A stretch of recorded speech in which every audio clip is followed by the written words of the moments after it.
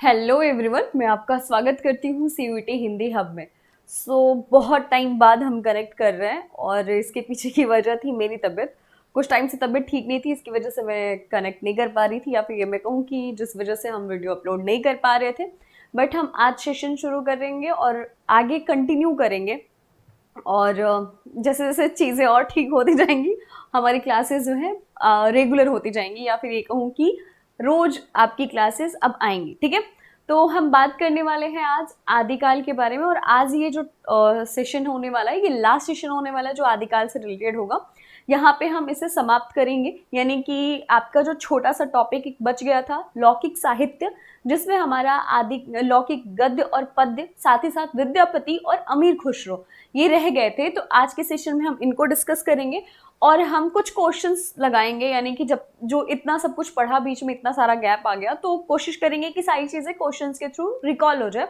साथ ही साथ ये सेशन खत्म हो जाएगा तो नेक्स्ट सेशन जो होगा, यानी नेक्स्ट क्लास में हम डिस्कस करेंगे आपके आदिकाल से रिलेटेड जितने क्वेश्चंस हो सके। मोस्ट प्रोबेबली आपके 50 क्वेश्चन से लेकर के हम 100 क्वेश्चन तक एक सेशन में डिस्कस कर लेंगे, ताकि आपका ये चैप्टर खत्म हो जाए। इसके बाद हम भक्ति काल पे चलेंगे। ठीक है, तो आज के सेशन में हम बात करने वाले हैं लौकिक साहित्य के बारे में, जो आपके आदिकाल के समय पे कुछ ऐसी रचनाएं हुई जिसे रासो या फिर जैन, सिद्ध, नाथ इनके अंतर्गत रखा नहीं गया, या फिर ये कहा जाए जिनकी प्रवृत्तियां थोड़ी अलग थी, उस आधार पर हमने कहा इन्हें लौकिक साहित्य, या फिर अगर कहा जाए तो फुटकल भी, जिसे आपके आचार्य रामचंद्र शुक्ल ने कहा था कि फुटकल जो रचनाएं हैं वो। और अगर हम बात करें तो विद्यापति और अमीर खुसरो भी आदिकाल में आते हैं, तो उन्हें किसी भी हिस्से के अंतर्गत नहीं रखा गया, न नाथ के अंतर्गत है, न सिद्ध के, न जैन के, न रासो के, तो वो इसके अंतर्गत आ जाते हैं। यानी कि अगर बात किया जाए तो ये स्वतंत्र रूप से लिख रहे थे, अगर हम बात करें अमीर खुसरो की या फिर विद्यापति। ठीक है,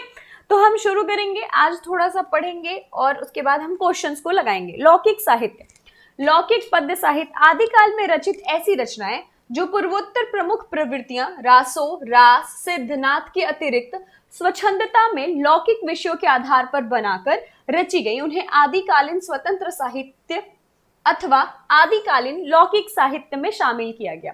यानी कि लौकिक साहित्य की बात करूं तो जो मैंने आपको पहले बताया कि हम वो वैसी रचनाएं जो किसी के अंतर्गत नहीं आई, पर उस वक्त में रचनाएं की गई थी, उसी समय के अंतर्गत ये रचनाएं की जा रही थी, इसीलिए हम इसे क्या कहते हैं, लौकिक साहित्य के नाम से जानते हैं और इसे उसी के अंतर्गत रखा गया। ठीक है, लौकिक साहित्य के दो हिस्से कर सकते हैं हम, पद और गद्य। यानी कि कुछ ऐसी रचनाएं थी जो गद्य के फॉर्म में की जा रही थी, कुछ ऐसी रचनाएं थी जो पद्य के फॉर्म में की जा रही थी। ठीक है, तो लौकिक पद्य साहित्य ढोला, मारू, दोहा, सबसे पहले हम बात करेंगे तो ये पद्य है। ठीक है, उसमें आता है एक नाम ढोला मारू दोहा, जिसे कुशल लाभ ने लिखा है। ठीक है, ये जो है इसके कलोल कवि या कुशल लाभ आपको मिलेगा, कहीं कहीं आपको कलोल कवि के नाम से सुनने को मिलेगा, या फिर कुशल लाभ के नाम से मिलेगा।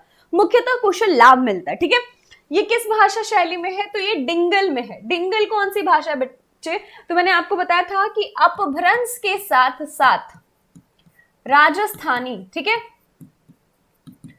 जब मिक्स होते हैं तो ये दोनों मिक्स करके जो भाषा बनती है उसे हम क्या कहते हैं, डिंगल। और पिंगल में ब्रज और राजस्थानी। तो ये किस भाषा शैली का इस्तेमाल किया गया है, तो इसमें डिंगल का किया गया है। आचार्य रामचंद्र शुक्ल के अनुसार यह रचना सर्वप्रथम 1473 ईस्वी में कलोल कवि के द्वारा रची गई थी। बाद में जैन कवि कुशल लाभ के द्वारा भी 1561 में कुछ पद रचकर इस रचना में जोड़ दिए गए। तो कुशल लाभ को ही इसका रचनाकार मान लिया जाता है। ठीक है, अब यहाँ पे आपको ये जो नाम दिख रहे हैं वो इसलिए भी अलग अलग, और मुख्यतः जैसे यहाँ पे कहा गया ना कुशल लाभ को माना जाता है, तो आपको कुशल लाभ ही याद रखना होगा। कल्लूल कवि जो है ये जनरली हमको कहीं सुनने को नहीं मिलेगा, और मुख्यतः आपको क्या मिलता है, कुशल लाभ मिलता है। ठीक है, तो अगर हम बात करेंगे तो किसने कहा, आपके आचार्य रामचंद्र शुक्ल ने कहा है। अब एक है जय चंद्र प्रकाश और जय मयंक जस चंद्रिका। ये अगर हम बात करेंगे तो ये रचनाएं जो हैं, अगर मैं बात करूं ये जय मयंक जस चंद्रिका या फिर जय प्रकाश की, ये दोनों रचनाएं कभी कभी आप देखेंगे वर्गीकरण के अंतर्गत रासों के अंतर्गत रख दिया गया है, क्योंकि इसमें भी क्या किया गया, राजा की प्रशंसा की गई या फिर वीरता की प्रधानता है, उस आधार पर इसे कहां रख दिया गया, तो इसे रासों के अंतर्गत रख दिया गया है। ठीक है, कुछ चीजें बैकग्राउंड में हो रही हैं, उसे थोड़ी देर के लिए हम अवॉइड करेंगे, क्योंकि कुछ टेक्निकली चीजें भी चल रही हैं जो खराब है, मेरे मतलब मेरे साथ साथ इधर भी कुछ कुछ चीजें हैं जो खराब है। चलिए, तो हम बात करें केदार भट्ट केदार ने जय चंद्र प्रकाश की रचना की है और मधुकर ने जय मयंक जस चंद्रिका। नाम बस याद रखिएगा कि ये जो जय प्रकाश है इसे भट्ट केदार ने लिखा है और जय मयंक जस चंद्रिका किसने लिखा है, तो मधुकर ने लिखा है। इसके बाद अगर हम बात करेंगे तो बसंत विलास अज्ञात है, इनके लेखक का नाम अभी तक पता नहीं है, नाम बस दिया हुआ है, इतना बस जान लीजिएगा। देखिए लौकिक साहित्य की अगर मैं बात करूं तो लौकिक साहित्य में आपको सिर्फ विद्यापति और अमीर खुसरो पे ज्यादा ध्यान देना है। इन दोनों से रिलेटेड सवाल बहुत पूछे जाते हैं, स्पेशली आपके विद्यापति जी से सवाल बहुत ज्यादा आते हैं आगे, ठीक है। अब अगर हम बात करें तो रणमल छंद, लेखक कौन है, श्रीधर व्यास। इस रचना में ईदर के राठौड़ राजा रणमल के द्वारा पाटन के समगेदार जफर खां के विरुद्ध प्राप्त जो विजय प्राप्त की गई है उसका वर्णन किया गया है उसी से रिलेटेड लेकिन इसे किसी के अंतर्गत नहीं रखा गया, यानी रासो ग्रंथ तो है नहीं कि रासो के अंतर्गत रखा जाए। अब हम बात कर लेते हैं विद्यापति जी के बारे में। विद्यापति जी का जो समय है और जैसी उन्होंने रचनाएं की, जैसे उन्होंने पदावली लिखा, उस आधार पे कुछ कवि उन्हें भक्ति काल के अंतर्गत रखना चाहते हैं या फिर उनकी रचनाओं को भक्ति परक मानना चाहते हैं। वहीं पे आपके आचार्य रामचंद्र शुक्ल इसका विरोध करते हैं। वो मानते हैं कि इन्होंने जो रचनाएं की है वो श्रृंगार युक्त है, ये भक्ति परक नहीं है। तो अगर हम बात करेंगे तो विद्यापति जी जो है आदिकाल के कवि माने जाते हैं। समय सीमा 1350 से लेकर के 1660 तक का माना जाता है, यानी कि इसके बीच का मध्य का माना जाता है, ठीक है। अब अगर हम बात करेंगे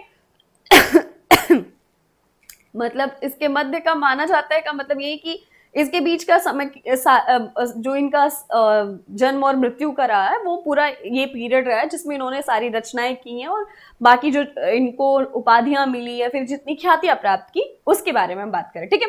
इनके पिता का नाम था गणपति ठाकुर, जन्म जिला दरभंगा, आश्रयदाता थे तिरहुत के राजा शिव सिंह एवं कृति सिंह। इन्हीं के आधार पर शिव सिंह और कृति सिंह के ही प्रशंसा परक उन्होंने कृतिलता और कृति पताका दो रचनाएं रची हैं, ठीक है, जिसमें एक में कृति सिंह की विशेषताओं का या फिर अगर कहा जाए कि उनकी वीरता का वर्णन है और एक में शिव सिंह की वीरता का वर्णन किया है। और कुछ ऐसी रचनाएं हैं जो इन्होंने कृष्ण को आधार मानकर लिखा है। माना जाता है कि विद्यापति प्रथम कवि थे जिन्होंने कृष्ण पर रचनाएं लिखी हैं, ठीक है। राजा शिव सिंह की पत्नी लक्ष्मा देवी इनकी अनन्य भक्ति थी। शिव विद्यापति क्या थे, शैव थे, ये याद रखिएगा। कभी कभी सवाल पूछा जाता है कि विद्यापति क्या थे, शैव थे। अब शैव और वैष्णव के बारे में जब हम भक्ति काल पढ़ेंगे तब हम डिटेल में पढ़ेंगे, ठीक है। अब ये जो शैव और आपके वैष्णव दिमाग में आ रहा होगा, वहीं से ये डिफरेंशिएट कर बहुत सारे विद्वानों ने कहा ना कि ये भक्ति काल में इनको भी इनकी रचना को रखा जा सकता था, इनको रखा जा सकता था, तो उनके मत और उनकी रचना के आधार पे, ठीक है। कृतिलता वीर रस है, कृति पताका वीर रस है और भाषा क्या है, अवहट भाषा है। इनकी रचनाएं देख लीजिएगा।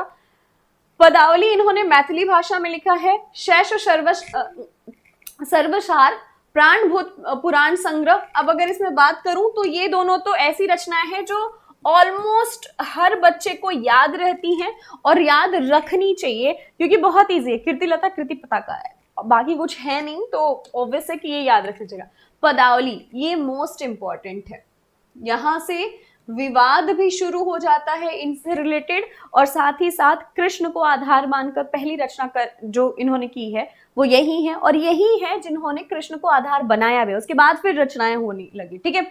उसके बाद अगर हम बात करेंगे भू परिक्रमा, पुरुष परीक्षा, लिखनावली, धान गंगा वाक्यावली, दान वाक्यावली, विभाग सागर, गया पतक्कल, वर्णकृत, दुर्गा भक्ति, तरंगिनी, मणि मंजरी और दैत्य निर्णय, ठीक है। अब ये सारी चीजें जो हैं जिसमें से आपको तीन रचनाएं बहुत अच्छे से याद रखनी है और एक चौथी ऐड कर लीजिएगा, पुरुष परीक्षा। तीन रचनाएं कौन सी, कृतिलता, कृति पताका, पदावली, पुरुष परीक्षा। ये ऐसी रचनाएं हैं जो बहुत रैंडम पूछा जाता है, आई मीन जीएसजीके की जो क्वेश्चंस होते हैं उसमें भी ये क्वेश्चंस आपको मिल जाते हैं, ठीक है। विद्यापति की उपाधियां, विद्यापति की रचनाओं के आधार पर उनको बहुत सारी उपाधियां प्राप्त थी, यानी उन्हें बहुत सारी उपाधियां मिला था, ठीक है। जिसमें से है कवि शेखर, कवि कंठाहार, कवि रंजन, मैथिल कोकिल। ये सवाल पूछा जाता है, ठीक है। नौ कवि, अभिनव जयदेव, ठीक है। ये आपकी उपाधियां इनको जो दी गई हैं वो याद रखिएगा। राज पंडित भी इन्हें कहा जाता है। ठीक है, चलिए, इनकी पदावली रचना में मैथिली भाषा तथा कृतिलता और कृतिपताका में अवहट भाषा का प्रयोग किया गया है। जो रचनाएं दी गई थी उसी के बगल में हमने भाषा को भी रखा है, ताकि अगर आप नोट्स बनाए तो आपके लिए इजी हो जाए कि जो इंपॉर्टेंट है उसको कहाँ पे मार्क करना है। ठीक है, अब आ जाइए, विद्यापति को मैथिल भाषा में सरस काव्य रचना करने के कारण इनको मैथिल कोकिल कहा जाता है। मैथिल कोकिल क्यों कहा जाता है? क्योंकि उन्होंने पदावली जो लिखी है बहुत ही सरल भाषा में लिखी है, जिसे सभी के लिए आसान होगा समझना और पढ़ना। ठीक है, विद्यापति पदावली रचना जयदेव द्वारा रचित गीत गोविंद के अनुकरण पर आधारित होने के कारण इनको अभिनव जयदेव भी कहा जाता है।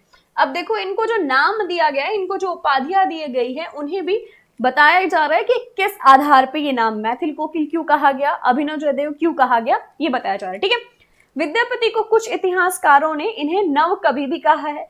विद्यापति तिरहुत के राजा शिव सिंह के दरबारी कवि माने जाते हैं, जो कि हम पहले बता चुके हैं। पंडित हरप्रसाद शास्त्री ने नेपाल के राजकीय पुस्तकालय में प्राप्त कृतिलता पुस्तक की नकल प्राप्त की थी। जनश्रुति अनुसार चैतन्य महाप्रभु पदावली के पदों को गाते गाते भाव विभोर होकर मूर्छित हो जाते थे। चैतन्य महाप्रभु जो है आपके कहाँ आते हैं? तो चैतन्य महाप्रभु आपके भक्ति काल में आते हैं, जो विद्यापति के पदों को सुन करके क्या हो जाते थे, गाते गाते, मतलब कि वो उन्होंने पढ़ा, उन्होंने सुना, फिर उसे गाया, और गाते गाते गाते क्या हो जाता है, वो मूर्छित हो जाते थे। इतने भावपूर्ण पद थे, ये कहने का मतलब ये था। ठीक है, चलिए, कीर्तिलता पुस्तक में तिरहुत के राजा कीर्ति सिंह की वीरता, उदारता, गुण ग्राहकता आदि का वर्णन है। कृतिलता रचना में जौनपुर राज्य का रोचक वर्णन प्राप्त होता है। कृति पताका पुस्तक में राजा शिव सिंह की वीरता, उदारता और गुण ग्राहकता का वर्णन है। यानी कि ऑब्वियसली जिस राजा के शरण में रहे हैं उनके गुणों का गान करेंगे उनकी रचनाओं में, तो वही आपको बताया गया है। ठीक है, विद्यापति द्वारा भगवान शिव भी भक्ति में रचे गए पद को जो नृत्य के साथ गाए जाते हैं वो नचारी कहलाते हैं। ये ज्यादा इंपॉर्टेंट है नहीं, बस इतना है कि एक इंफॉर्मेशन है विद्यापति जी के बारे में जिसे आपको जानना चाहिए। विद्यापति को प्रशंसकों द्वारा इनको कुल 16 उपाधियां प्राप्त थी। जैसे अभिनव जयदेव, मैथिल कोकिल, वैसे ही जैसे जैसे लोगों ने उनकी रचनाओं को पढ़ा या फिर जैसे जैसे उनसे प्रभावित हुए, वैसे वैसे उनका नामकरण या उन्हें उपाधियां दिया जाने लगा। ठीक है, हिंदी में कृष्ण को काव्य का विषय बनाने का श्रेय विद्यापति को ही जाता है। कृष्ण को काव्य का विषय किसने बताया? विद्यापति ने बनाया। हजारी प्रसाद द्विवेदी ने कृतिलता रचना को भृंग भृंगी संवाद कहा है। याद रखिएगा, ये इंपॉर्टेंट चीज है। ठीक है, विद्यापति को शुद्ध श्रृंगार मानने वाले विद्वान कौन कौन से हैं, यानी कि वो श्रृंगार के अंतर्गत, श्रृंगारी कवि के अंतर्गत आते हैं, ये कौन कौन मानता है? तो देखो, इसमें बहुत सारे नाम हैं आपके। आनंद प्रकाश दीक्षित, डॉक्टर शिव प्रसाद, प्रेमचंद्र बाबू, राम सक्सेना, शिव मंगल नंदन ठाकुर, राम कुमार वर्मा, आचार्य रामचंद्र शुक्ल और विनय कुमार। लेकिन क्या हमें सब याद रखना है? तो नहीं, हमें क्या याद रखना है? तो यहाँ पे राम कुमार वर्मा, आचार्य रामचंद्र शुक्ल, जो इन्हें श्रृंगारी कवि मानते हैं कि इन्होंने श्रृंगार पूर्ण रचनाएं की हैं, भक्ति परक नहीं। ठीक है, अब आगे देखेंगे। विद्यापति को रहस्यवादी मानने वाले विद्वान गियर्शन, नागेंद्रनाथ गुप्त और जनार्दन मिश्र है। ठीक है, विद्यापति को वैष्णव मानने वाले विद्वान बाबू ब्रजनंद सहाय, श्याम सुंदर दास, हरप्रसाद शास्त्री, सुभद्रा झा, हजारी प्रसाद द्विवेदी। अब एक और चीज बताती हूँ, जब हमने शुरू किया था तब मैंने आपको बताया था कि जितना विवाद आदिकाल के नामकरण और सीमांकन पे है, उतना ही विवाद जितनी ही मशहूर, यानी कि जितनी ही फेमस, जितनी ही ऐसे रचनाकार हैं जिन्होंने ख्यातियां प्राप्त की है, उनके विषय में जितनी भी बातें होंगी उस पर एक अपवाद या विवाद आपको देखने को मिलेगा। जैसे अगर हम बात करेंगे तो तुलसीदास जी के जन्म के बारे में, या फिर अगर हम बात करें तो आपके कबीरदास जी के जन्म के बारे में, या मृत्यु, अगर हम बात करें तो उनकी रचनाओं के बारे में, कहीं ना कहीं किसी न किसी के अलग अलग मत निकलेंगे। तो जैसे विद्यापति जी के बारे में है तो वहां पे भी वो शैव थे या वैष्णव थे, या वो श्रृंगार के कवि थे, या फिर वो किसके भक्ति परक रचनाएं करते थे, भक्ति रस के कवि थे। इन सब पे विवाद बनेंगे। ठीक है, तो हमें जो मुद्दा एक कहते हैं ना कि जो भी सटीक लिया, जैसे कि हमने नामांकन किया तो एक आधार माना और उसी को लिया, जैसे कि आचार्य रामचंद्र शुक्ल का टाइम लिया। ठीक उसी तरीके से अगर हम किसी मत को बहुत अच्छे से जानना चाहते हैं या फिर कौन सा मत उचित है उसको जानना है, तो हम मानते हैं कि आचार्य रामचंद्र शुक्ल क्या स्वीकार करते हैं उस पर हमें ज्यादा गौर फरमाना चाहिए। ठीक है, इस काव्य में एक अंतहीन विवाद शुरू हुआ कि विद्यापति भक्त कवि है या श्रृंगार कवि। रामचंद्र शुक्ल ने इनके भक्त कवि होने पर विशेष विरोध करते हुए, क्या करते हुए? विरोध। आध्यात्मिक रंग के चश्मे आजकल बहुत सस्ते हो गए हैं, इन्हें चढ़ाकर जैसे कुछ लोगों के गीत गोविंद के पदों में आध्यात्मिक संकेत बताया है, वैसे ही विद्यापति के पदों को भी। अब यहाँ पे आपके आचार्य रामचंद्र शुक्ल कटाक्ष करते हुए कहते हैं कि जैसे लोगों ने कहा कि वो भक्ति परक रचनाएं कर रहे हैं, तो उस पर वो कटाक्ष करते हुए कहते हैं कि आध्यात्मिक रंग के चश्मे इतने मतलब सस्ते हो गए कि कोई भी उसे चढ़ा ले रहा है, कोई भी पहन ले रहा है, और उसके अंतर्गत वो जज कर रहा है, यानी कि बता रहा है कि कौन आपके आध्यात्मिक के, कौन आपके भक्ति के अंतर्गत आएंगे, कौन आपके श्रृंगार के अंतर्गत आएंगे। ठीक है, तो इन्होंने कटाक्ष किया है। ठीक, और ये लाइन बहुत फेमस है कि आध्यात्मिक रंग के जो चश्मे वो बहुत सस्ते हो गए। तो ये याद रखिएगा, किसने कहा? आपके हजाई प्रसाद, सॉरी, रामचंद्र शुक्ल ने। महाकवि निराला ने पदावली की मादकता की तुलना नागिन की लहरों से की है। किसने? सूर्यकांत त्रिपाठी निराला ने। विद्यापति में भक्ति भावना थी, किंतु उन पर श्रृंगार भावना ने विजय पाली थी। उनके पदों को सुनकर चैतन्य महाप्रभु भक्ति के आवेश में लोटपोट हो जाते थे। ये बात किसने कही है? आपके गुलाब राय ने कहा है। हिंदी साहित्य का सुबोध इतिहास जो लिखा है आपके डॉक्टर गुलाब राय, उन्होंने ये बात कही है। क्या? विद्यापति की भक्ति भावना के बारे में। ठीक है, कुछ ऐसी बातें जो आपके कुछ विद्वानों ने लिखी है उसको हम यहाँ पे डिस्कस कर लेंगे ताकि आपके दिमाग में ये बात रहे। जिस रचना के कारण विद्यापति मैथिल कोकिल कहलाए वह उनकी पदावली है। ये किसने कहा? आपके आचार्य रामचंद्र शुक्ल ने। विद्यापति शैव थे, उन्होंने पदों की रचना श्रृंगार काव्य की दृष्टि से की है, भक्त के रूप में नहीं। विद्यापति को कृष्ण भक्तों की परंपरा में न समझना चाहिए। ये किसने कहा? आपके आचार्य रामचंद्र शुक्ल ने। शुक्ल जी की बातों को ध्यान से देखिएगा और याद रखिएगा। विद्यापति के बाह्य संसार में भगवत भजन कहाँ है? इस बाह्य संधि में ईश्वर संधि कहाँ है? संघ स्नान में ईश्वर से नाता कहाँ है? अभिसार में भक्ति का सार कहाँ है?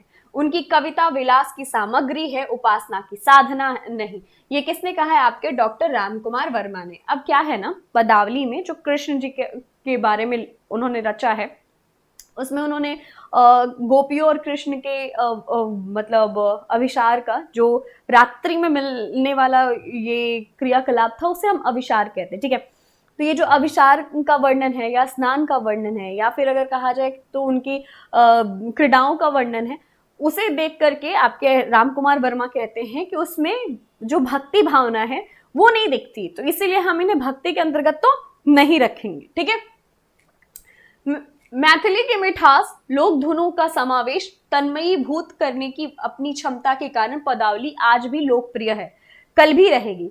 नागर अभिरुचि के बावजूद विद्यापति की रचनाओं में एक खुलापन है, साहस है, सौंदर्योपभोग की ललक है, रूप दर्शन की अतृप्त प्यास है। बच्चन सिंह, उन्होंने कहा कि इनकी रचनाएं क्या है, लोकप्रिय हुई क्योंकि लोगों को पढ़ करके सुन करके अच्छा लग रहा था। सौंदर्य के बारे में वर्णन किया है उन्होंने, और अगर कहा जाए तो जिस तरीके से एक एक चीजों का वर्णन वो कर रहे थे वो लोगों को लुभा रही थी, इसीलिए वो क्या हो गई, लोकप्रिय हो गई।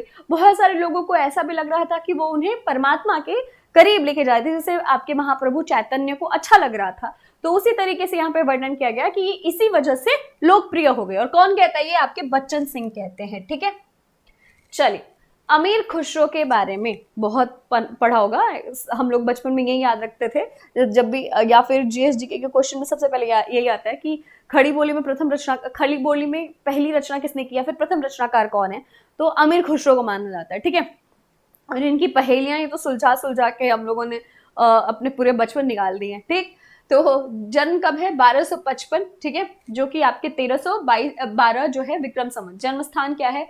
परियाली जिला एटा। मृत्यु काल क्या है? 1324। ठीक, मूल नाम अब्दुल हसन या अब्बुल हसन था। उपाधि खुसरो सुखन, यह उपाधि मात्र 12 वर्ष की अल्पायु में युजुर्ग विद्वान ख्वाजा इजुमुद्दीन द्वारा प्राप्त की गई थी। उपनाम क्या है? तुर्के अल्लाह, तोताए हिंद, ये याद रखिएगा। हिंदुस्तान की तूती या फिर तोताए हिंद इनको कहा जाता था, और ये बहुत बार ऐसे नॉर्मली पूछा गया है। अगर मैं बात करूं तो यूजी में भी और पीजी में भी। ठीक है, इनके गुरु का नाम था निजामुद्दीन औलिया। क्या था? निजामुद्दीन औलिया। ठीक, अबुल हसन या मोइनुद्दीन इनका मतलब इनको बुलाया जाता था अगर बात किया जाए तो, ठीक है। अमीर खुसरो की रचनाओं में खालिक बारी, हालते कन्हैया, नजराने हिंदी, मुर्कियां अगर देखा जाए तो, या ये पहेलियां, ये सब क्या थी, इनकी रचनाएं थी, ठीक है। स्पेसिफिकली ये खालिक बारी को याद रखिएगा, ठीक। बाकी मुर्कियां वगैरह तो आपको याद रहेंगी। खालिक बारी रचना एक शब्दकोश है जिसमें तुर्की, अरबी, फारसी, हिंदी भाषा के पर्यायवाची शब्दों को शामिल किया गया है। यह रचना गयासुद्दीन तुगलक के पुत्र को भाषा ज्ञान देने के उद्देश्य से लिखा गया था। मैंने खालिक बारी इसीलिए याद रखने को कहा क्योंकि पूछा जाता है कि प्रथम शब्दकोश, तो याद होना चाहिए कि खालिक बारी लिखा किसने, आपके अमीर खुसरो ने। अमीर खुसरो खड़ी बोली के आदि कवि माने जाते हैं। इनके द्वारा खड़ी बोली में रचित मुर्कियां, पहेलियां तथा ढकोसले आदि खड़ी बोली की प्रारंभिक रचनाएं कहला सकती हैं। डॉक्टर राम कुमार वर्मा ने इनको अवधि का प्रथम कवि कहा है। किसने, आपके डॉक्टर राम कुमार वर्मा ने। ब्रज भाषा और अवधि को मिलाकर काव्य रचना करने का आरंभ इन्होंने ही किया था। लेकिन इनकी रचनाएं जो है, मतलब जो मुर्कियां हैं या फिर पहेलियां, वो माना जाता है कि किस भाषा में लिखकर इन्होंने, खड़ी बोली में लिखी है। अमीर खुसरो खड़ी बोली हिंदी के प्रथम कवि माने जाते हैं। अमीर खुसरो को हिंदू इस्लामी सामंत संस्कृति का प्रथम प्रतिनिधित्व कवि माना जाता है। खुसरो की हिंदी रचनाओं का प्रथम संकलन जवाहर खुल्की नाम से सन 1918 ईस्वी में मौलाना रशीद अहमद सालम ने अलीगढ़ में प्रकाशित करवाया था। अच्छा देखो, एक बात बताते हैं, इनके नाम, इनके गुरु का नाम, इनको जो उपाधि दी गई थी और इनकी रचना, इसके अलावा अमीर खुसरो के बारे में बहुत कुछ ऐसा नहीं है जो आपको याद रखनी है। मतलब अगर मैं बात करूँ, ये जो माइनर डिटेल्स दिए गए हैं, ये सिर्फ इसलिए दिए गए हैं ताकि आप इसे एक बार अच्छे से पढ़ ले और आपके ये दिमाग में रहे कि हमने कहीं पढ़ा था, ठीक है। और किसके बारे में पढ़ा था, ऐसा नहीं कि अगर कभी दिमाग से स्लिप कर गया तो ऐसा नहीं है कि बिल्कुल याद ही होना चाहिए, ठीक है। तो स्ट्रेस लेने वाली बात नहीं है। इस प्रकार द्वितीय संकलन 1922 में वज्ररत्न दास ने नागरी प्रचारणी सभा काशी के माध्यम से खुसरो की हिंदी कविता नाम से करवाया था। इन्होंने गयासुद्दीन बलबन से लेकर अलाउद्दीन और कुतुबुद्दीन मुबारक शाह तक कई पठान बादशाहों का जमाना देखा है, यानी बहुत टाइम देखा है। इनका निम्न कथन था कि मैं हिंदुस्तान की तूती हूं, अगर तुम वास्तव में कुछ पूछना चाहते हो तो मुझसे पूछो, ये याद रखिएगा। हिंदुस्तान की तूती यहीं से आया था जहां से उनको कहा गया हिंदुस्तान की तूती, ठीक है। लौकिक गद्य के बारे में 2-3 रचनाएं हैं, बहुत ज्यादा नहीं है, जिसमें एक है राउल बेला। माना जाता है कि शिलालेखों पे लिखा हुआ इसे मतलब प्राप्त किया गया था, इसे शिलालेखों पे लिखा हुआ देखा गया, ठीक है। यह 10वीं शताब्दी में रचित गद्य पद निबंध चंपू काव्य है। शिलालेख पर अंकित होने के कारण इसका मूल रूप सुरक्षित है। इस कृति में कवि ने नायिका राउल के नख सिक का वर्णन पहले पद में किया, फिर गद्य में किया। यानी कि नायिका के सौंदर्य का वर्णन उन्होंने पहले किस में किया था, पद में, यानी कि कविताओं के फॉर्म में, उसके बाद उन्होंने गद्य में कर दिया था, ठीक है। और ये शिलालेख पे है जो कि मैं आपको ऑलरेडी बता चुकी हूँ। हिंदी में नक्सिक वर्णन की श्रृंगार परंपरा का आरंभ इसी रचना से माना जाता है। इसकी भाषा में हिंदी की 7 बोलियों के शब्द प्राप्त होते हैं, जिसमें राजस्थानी प्रधान है। इसका शिलांकित रूप मुंबई के म्यूजियम में सुरक्षित है। उक्ति व्यक्ति प्रकरण, ठीक है। ये 12वीं शताब्दी में लिखा इस ग्रंथ को के जो लेखक है वो कौन है, आपके दामोदर शर्मा है, ठीक। ये जो है ये एक व्याकरण ग्रंथ है, साथ ही साथ इसके 5 खंड है, ठीक है। उक्ति व्यक्ति प्रकरण जो है ये थोड़ा बड़ा है, इसकी वजह से इसका नामकरण भी उसी आधार पर किया गया है। ये जो है एक व्याकरण ग्रंथ है और इसे लिखा किसने, आपके दामोदर शर्मा ने लिखा है, ठीक है। 5 प्रकरण में विभक्त होने के कारण इसका नाम उक्ति व्यक्ति प्रकरण हो गया। वस्तुतः राजकुमारों को स्थानीय भाषा का ज्ञान कराने के लिए कवि ने इसे लिखा था। अब आते हैं वर्ण रत्नाकर, जिसे लिखा है ज्योतिश्वर ठाकुर ने, ठीक है। 14वीं शताब्दी में लिखित यह मैथिली भाषा का हिंदी का आद्य गद्य ग्रंथ है। 8 कल्लों में विभक्त वर्ण रत्नाकर के लेखक कौन है, ज्योतिश्वर ठाकुर। यह एक कोश ग्रंथ है, कोश ग्रंथ का मतलब शब्दकोश ग्रंथ, ठीक है। चलिए अब आगे हम बात करेंगे थोड़ा सा जो अब तक पढ़ के आए हैं उसके बारे में, थोड़ी सी इंफॉर्मेशन, जो कि सबसे पहले हिंदी का प्रथम कवि किसे माना गया है, शरहप्पा को। खड़ी बोली हिंदी का प्रथम कवि किसे माना गया है, अमीर खुसरो को। हिंदी के सर्वप्रथम कोशाकार कौन है, अमीर खुसरो, जिन्होंने खालिक बारी लिखी है। हिंदी का प्रथम महाकाव्य कौन सा है, पृथ्वीराज रासो। हिंदी खड़ी बोली का प्रथम ग्रंथ जो है वो कौन सा है, भाषा योग वशिष्ठ, किसने लिखा है, राम प्रसाद निरंजनी ने। शुद्ध एवं परिमार्जित बोली के प्रथम लेखक कौन है? रामप्रसाद निरंजनी। ठीक है। हिंदी में सर्वप्रथम दोहा चौपाई पद्धति किसने अपनाई है? सरहप्पा ने। हिंदी के प्रथम गीतकार कौन है? विद्यापति, जो उन्होंने लिखा है पदावली। ठीक है। हिंदी काव्य में सर्वप्रथम 12 मासा वर्णन किसमें मिलता है? विशलदेव रासो में। हिंदी काव्य में सर्वप्रथम नख सिख वर्णन किसमें है? तो राउल बेली में। और हिंदी का प्रथम चंपू काव्य कौन है? तो राउल बेली। यानी कि ये जो आपके अभी आदिकाल आपने पढ़ा उसमें जो भी प्रथम है, यानी कि पहले, सबसे पहले किसने किया, इसके बारे में हमने बात की। और ये जो आप अब तक इतना सब कुछ पढ़ रहे थे उसका मान सकते हो कि शॉर्ट फॉर्म थोड़ा सा दिमाग में रहेगा कि क्या चीजें कहाँ पे आपको देखने को मिली थी। ठीक है। अब ये तो है आपका पूरा लौकिक साहित्य खत्म हो जाता है। अगर हम बात करेंगे तो लौकिक साहित्य में आपके जो अमीर खुसरो हैं या फिर विद्यापति हैं या फिर राउल बेली हमने पढ़ा, या ढोला मारू दूहा पढ़ा, या फिर अगर हम बात करेंगे तो हमने आपके गद्य और पद्य दोनों को देखा कि कौन सी रचना किधर आती है। ये सारी चीजें हम जो है पढ़ चुके हैं और इसी के साथ आपका जो आदिकाल है वो समाप्त होता है। अब कुछ क्वेश्चंस करेंगे, मोस्ट प्रोबेबली 40-50 क्वेश्चंस करेंगे। उसके बाद फिर हम क्या करेंगे, नेक्स्ट सेशन में बाकी सारी चीजों को समझेंगे, यानी बाकी एमसीक्यूज जो है वो नेक्स्ट सेशन में करेंगे। कोशिश यही होगी कि हम इतने सारे एमसीक्यूज लगा लें कि बार बार रिवीजन करने की जरूरत ना पड़े, एमसीक्यूज के थ्रू हमारा सारा भी कवर हो जाए। ठीक है। तो पहला सवाल क्या है? पहला सवाल है, राहुल संकृतायन हिंदी का पहला कवि किसे मानते? अभी जस्ट पीछे ही हमने पढ़ा लुईपा, सरहप्पा, शालीभद्र और चंद्रवरदाई। तो अगर हम बात करेंगे तो किसको माना है? सरहप्पा को माना है। ठीक है। नेक्स्ट, सरहप्पा का समय राहुल संकृतायन जी के अनुसार क्या है? 7वीं शताब्दी, 10वीं शताब्दी, 13वीं शताब्दी और 4वीं शताब्दी। अब देखो, अभी जस्ट हमने यही बात की थी कि आपके प्रथम कवि कौन माना है, और ब्रैकेट में ना टाइम भी दिया हुआ है। तो ये आपके लिए क्या होगा? ये आपके लिए होमवर्क होगा। आप बताएंगे इसका सही आंसर क्या होगा। नेक्स्ट क्वेश्चन, हिंदी का पहला ग्रंथ कौन सा है? भारतेश्वर बाहुबली राग, शावकाचार, पृथ्वीराज रासो और पाहुड़ दोहा। तो मैंने बताया था कि हिंदी का प्रथम कवि आपके सरहप्पा को जरूर स्वीकार किया गया, परंतु प्रथम रचना नहीं। प्रथम रचना कौन सा माना गया? तो शावकाचार को माना गया है। ठीक है। चलिए, जिसके बारे में हमने बहुत सारी चीजें डिस्कस की थी। श्रावकाचार के रचयिता कौन है? देवसेन, धनपाल, राम सिंह और जोइंदू। तो श्रावकाचार किसने लिखा है? देवसेन ने लिखा है। किसने लिखा? देवसेन। ठीक है। चलिए, नेक्स्ट क्वेश्चन आपसे पूछा गया है, श्रावकाचार की रचना कब हुई थी? 1900 में, 1933 में, 1000 में और 1133 में। तो श्रावकाचार की जो रचना है वो कब हुई थी? वो 900 आपके 33 में हुई थी। ठीक है। 1900 शायद मैंने बोल दिया होगा, तो 933।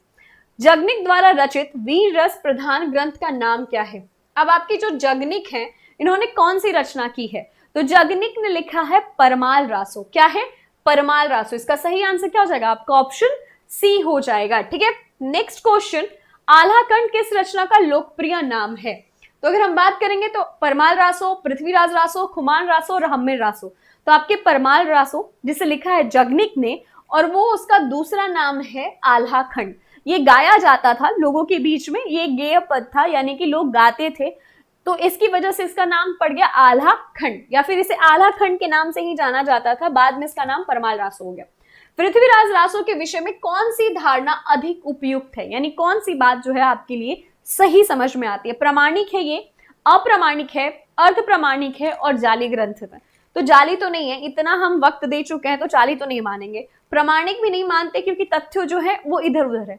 अप्रामाणिक भी नहीं मानते क्योंकि बहुत सारे ऐसे तथ्य जो मिलते हैं। तो आपके क्या हो गए? अर्ध प्रामाणिक है, यानी कि पूर्णतः प्रामाणिक भी नहीं है और पूर्णतः अप्रामाणिक भी नहीं है। नेक्स्ट क्वेश्चन, विशलदेव रासो का प्रधान रस क्या है? वीर, शांत, श्रृंगार और करुण। तो देखो, विशलदेव रासो में आपके 12 मासों का वर्णन किया गया है। यह एक विरह काव्य है जिसमें क्या किया गया? राजा और राजकुमारी के विरह का वर्णन है। तो ये क्या है? श्रृंगार रस है। ठीक है। तो इसका सही आंसर क्या हो जाएगा? आपका ऑप्शन सी। नेक्स्ट क्वेश्चन, इनमें से हिंदी का प्रथम महाकाव्य किसे माना जाता है? विशलदेव रासो, खुमान रासो, परमाल रासो, पृथ्वीराज रासो। ये एक ऐसा सवाल है जो बचपन से अब तक हम पढ़ते आ रहे हैं, इसमें कुछ भी ऐसा नहीं है जो हमें जानने की जरूरत है। पृथ्वीराज रासो के बृहत रूपांतरण में कुल कितने सर्ग? अच्छा, एक बात याद रखना, बृहत हो या ना हो, इतना बस याद रखना कि उस पृथ्वीराज रासो में कितने सर्ग या समय है। तो आपके 69 है। ठीक है। तो इसका सही आंसर क्या हो जाएगा? 69। रासो शब्द की उत्पत्ति के संबंध में सर्वाधिक उपयुक्त मत कौन सा है? रासो शब्द की उत्पत्ति किस शब्द से हुई है, इसके बारे में माना जाता है कि कौन सा एक ऐसा मत है जो सबसे ज्यादा उपयुक्त है, यानी कि सबसे ज्यादा ऐसा है जिसको स्वीकार किया जा सकता है या स्वीकार किया गया। जैसे कि आपके आचार्य रामचंद्र शुक्ल का जो मत था वो आपका क्या माना जाता है, प्रधान माना जाता है, लेकिन यहाँ पे ऐसा नहीं है। रासों की उत्पत्ति रसायन से हुई नहीं, रासों की उत्पत्ति रास से हुई नहीं, रासों की उत्पत्ति रासक से हुई है और इसे माना जाता है, ये आपके आपके जो डॉक्टर हजारी प्रसाद द्विवेदी जी हैं उन्होंने माना है कि रासक शब्द से उत्पत्ति हुई है। ठीक है, आगे बढ़ेंगे। आदिकाल में मनोरंजक साहित्य की रचना किसने की थी? तो आपके अमीर खुसरो जी थे कि वो क्या करते थे, मुर्कियां या फिर पहेलियां रचते थे और उससे क्या होता था, आपके मनोरंजन हो जाता था। तो अमीर खुसरो। चंद्रवरदाई ने क्या लिखा, पृथ्वीराज रासो। विद्यापति की पदावली फेमस है। और गोरखनाथ की बात करेंगे तो हम नाथ संप्रदाय के अंतर्गत इनको देखते हैं। गोरखबानी के संपादक कौन है? माता प्रसाद गुप्त, वासुदेव शरण अग्रवाल, श्याम सुंदर दास, पितंबर दत्त वर्तवाल। देखो गोरखबानी क्या है आपके उनके पदों की क्या किया गया, उन्हें संग्रहित किया गया, और उसका संपादन किसने कराया? तो आपके पितंबर दत्त वर्तवाल ने कराया था। ठीक है, आगे बढ़ेंगे। इनमें से सही कथन कौन सा है? अधिकांश रासो काव्य प्रमाणिक है, अधिकांश रासो काव्य अप्रामाणिक है, विशलदेव रासो वीर रस प्रधान ग्रंथ है, पृथ्वीराज रासो में वीर रस की प्रधानता है। सिंपल है, देख के ही समझ में आ रहा है कि पृथ्वीराज रासो में वीरता की प्रधानता है। अधिकांश अप्रामाणिक नहीं, प्रमाणिक नहीं है। बहुत सारे ऐसे हैं जहां पे तथ्य इधर उधर है, अप्रामाणिक भी नहीं है और आपके विशलदेव रासो में वीर रस की प्रधानता नहीं है। तो ये भी आपका खत्म हो जाएगा। बचा क्या आपका ऑप्शन डी। नेक्स्ट क्वेश्चन, सिद्धों की संख्या कितनी मानी गई है? ये तो एक ऐसा सवाल है जो आप आराम से कर लोगे, इसमें कुछ भी ऐसा नहीं रखा गया। ठीक है, नेक्स्ट क्वेश्चन, सिद्धों का उचित समय क्या माना जाता है? चौथी शताब्दी, 7वीं से 8वीं शती तक, 10वीं शती, 12वीं शती। तो माना जाता है कि 7वीं से 8वीं शती में उनका क्या हुआ, उदय हुआ है या फिर वो आए हैं। नारी निंदा किस संप्रदाय में मिलती है? नाथ, जैन, सिद्ध और इनमें से किसी भी नहीं। तो देखो सिद्ध क्या थे, महासुखवाद जो है यहीं से आया है, तो सिद्ध जो है वो नारी की निंदा तो नहीं करेंगे। जैन संप्रदाय चरित्र काव्य लिखते थे तो वहां पे भी नारी निंदा नहीं आया। कहाँ आया? तो आपके ऑप्शन ए, नाथ पंथ जो थे वो नारी की निंदा किया करते थे। इनमें से नाथ संप्रदाय में क्या नहीं है? गुरु की महिमा, तो ऑब्वियसली वो गुरु की महिमा को मानते थे। ठीक है, वो गुरु को ही सब कुछ मानते थे। जैन संप्रदाय में आपका ऑब्वियसली नहीं। इंद्रिय निग्रह, तो ये है उनका। ठीक है, गृहस्थों का आदर, आपके जो नाथ संप्रदाय वाले हैं वो गृहस्थों का आदर नहीं करते थे। क्यों? क्योंकि ऑब्वियसली अगर गृहस्थ है तो आप नारी के साथ रहते हैं और नारी के साथ रहना ही उनके लिए निंदनीय है। तो क्या हो जाएगा आपका ऑप्शन डी। नेक्स्ट क्वेश्चन, वर्ण रत्नाकर के रचयिता कौन है? जगन्नाथ दास रत्नाकर, खुसरो की पहेलियां, तो ऑब्वियसली खुसरो की पहेलियां तो आएगा ही नहीं ना, आउट ऑफ द बॉक्स है। और पद्मावत ऑब्वियस है नहीं। ठीक है, और अगर हम बात करेंगे जगन्नाथ दास रत्नाकर आपके आधुनिक काल के अंतर्गत आएंगे, तो बचा कौन? ज्योतिश्वर ठाकुर। ठीक है, इसका सही आंसर ऑप्शन सी। अभ्रंश एवं राजस्थानी भाषा के योग से बनी भाषा को क्या कहते हैं? अभ्रंश एवं राजस्थानी, पढ़ा रही थी अभी थोड़े पहले, तभी मैंने कहा था कि अभ्रंश और राजस्थानी जब मिलेंगे तो क्या बनेगा बच्चा? डिंगल बन जाएगा। और वहीं पे ब्रज और अब आपका क्या मिल जाएगा? अभ्रंश तो क्या होता है? पिंगल हो जाता है। ठीक है, आगे बढ़िए। अब ओके, यहाँ पे तो मैंने बता ही दिया, दोनों सवाल के जवाब एक ही साथ मिल गए आपको। चलिए आगे बढ़ते हैं।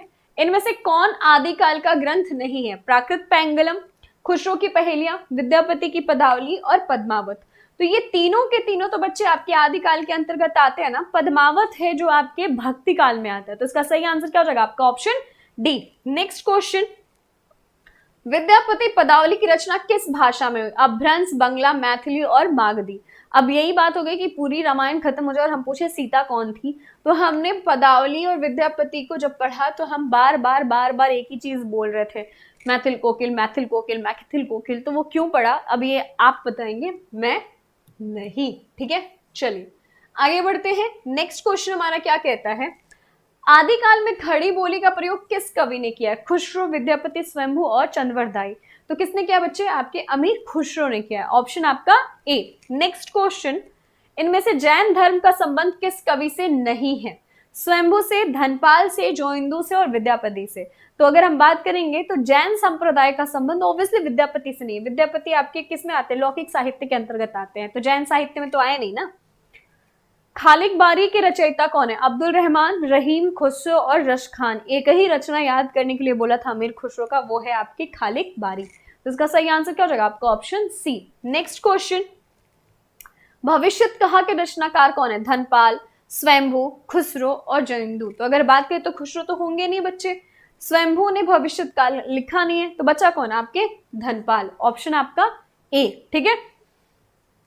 नेक्स्ट क्वेश्चन, खड़ी बोली हिंदी में रचना करने वाला पहला कवि कौन था? मैथिली शरण गुप्त, खुसरो, अयोध्या सिंह उपाध्याय, महावीर प्रसाद द्विवेदी। ये नाम और ये नाम तीनों के तीनों आपके आधुनिक युग के हैं, लेकिन खुसरो बस बच्चे जो आदिकाल के। पढ़ क्या रहे हम? आदिकाल। कॉमन सेंस भी लगाएंगे तो इसका आंसर आ जाएगा, ठीक है।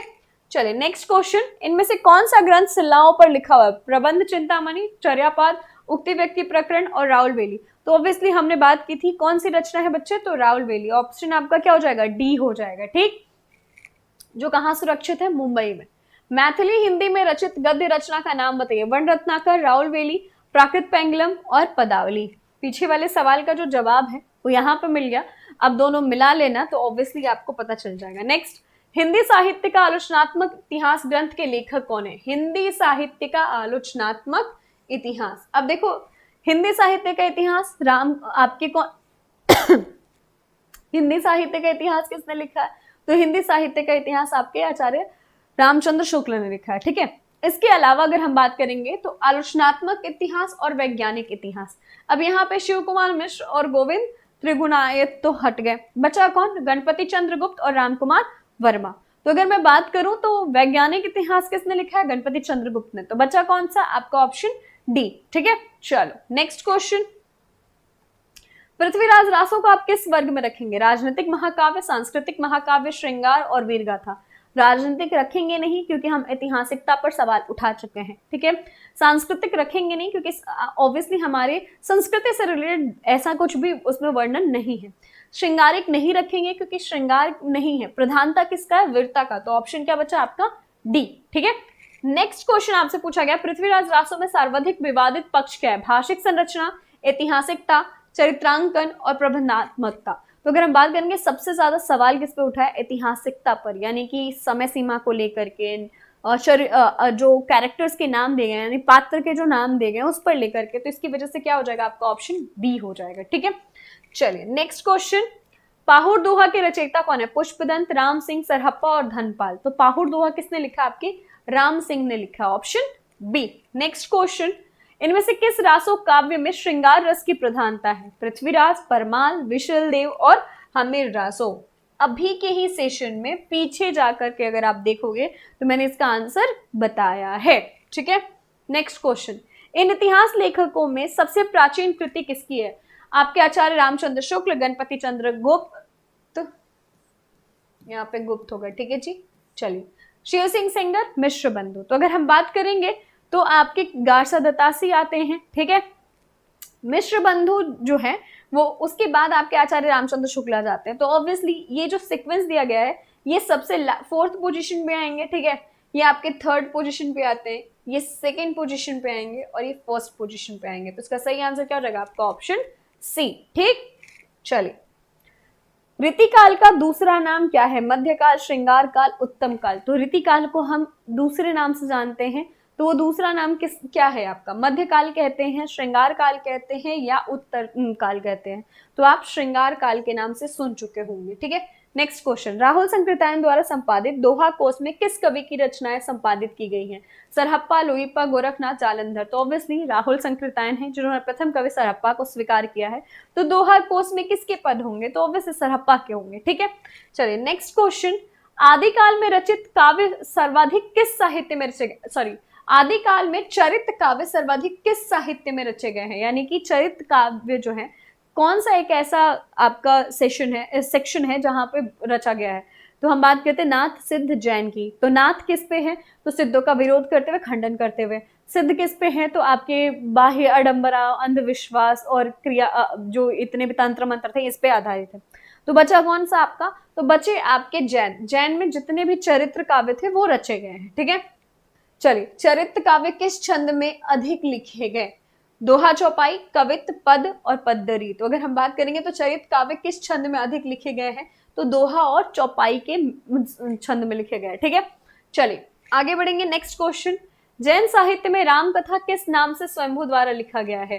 रामचरित, महापुराण, पयंचर्यु और आपके रामचंद्रिका। तो अगर हम बात करेंगे तो पयंचर्यु, ठीक है। पयंचर्यु जो है आपका जैन साहित्य में राम कथा किस नाम से लिखा गया? तो पयंचर्यु के नाम से लिखा गया है। अपभ्रंश का वाल्मीकि किस कवि को कहा जाता है? पुष्पदंत, अब्दुल रहमान, स्वयंभू या फिर आपके राम सिंह। तो हम सबको पता है कि अपभ्रंश का वाल्मीकि किसे कहा गया है? आपके स्वयंभू को कहा गया है, ठीक है। चलिए नेक्स्ट क्वेश्चन। ढोला मारू दुहा के रचयिता कौन है? स्वयंभू, राम सिंह, कुशल प्रकाश और कुशल लाभ। तो अभी जस्ट हमने पढ़ा ढोला मारू दुहा किसने लिखा है? कुशल लाभ ने लिखा है, ठीक है। चलिए नेक्स्ट क्वेश्चन। इनमें से बिशल देव रासों के रचयिता कौन है? जगनी, चंद्रवरदाई, नरपति नल्हा और आपके भट्ट केदार। तो अब तक हमने ये बात नहीं की है, नरपति नल्हा ने लिखा है आपके बिशल देव रासो। Next question. अवधूत मत किसका परिवाची शब्द है?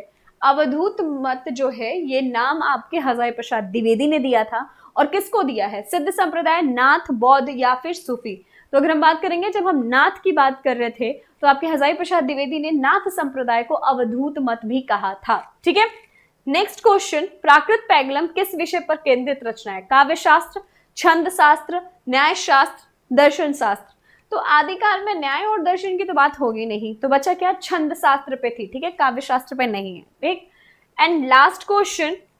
हिंदी साहित्य का सर्वाधिक उल्लेखनीय इतिहास ग्रंथ किसे माना गया है? चतुर्सेन शास्त्री, आचार्य रामचंद्र शुक्ल, रमाशंकर शुक्ल और जॉर्ज गियर्सन। तो अगर हम बात करेंगे हिंदी जो इतिहास में सर्वाधिक मत के जिसे स्वीकार किया गया या जिस पे हम बात करते हैं और जहां से हमने शुरू किया था हिंदी साहित्य का इतिहास, वो आपके कौन थे? आचार्य रामचंद्र शुक्ल थे। तो इसका सही आंसर क्या हो जाएगा? आपका ऑप्शन बी। और इसी के साथ हमारा ये जो 50 क्वेश्चन था और आपके लौकिक साहित्य था वो समाप्त होता है। अब हम मिलेंगे नेक्स्ट सेशन में, जहां पर हम आपके जितने और क्वेश्चंस बचे हुए हैं या फिर मोस्ट प्रोबेबली हमारे जितने क्वेश्चंस हो सकते हैं उन सबको फ्रेम करेंगे और उन सबको हम डिस्कस करेंगे, ठीक है। तब तक आप अपना ध्यान रखें। अब हम मिलेंगे आपसे नेक्स्ट सेशन में। आप स्वस्थ रहो, मस्त रहो और अपना ध्यान रखो। Thank you.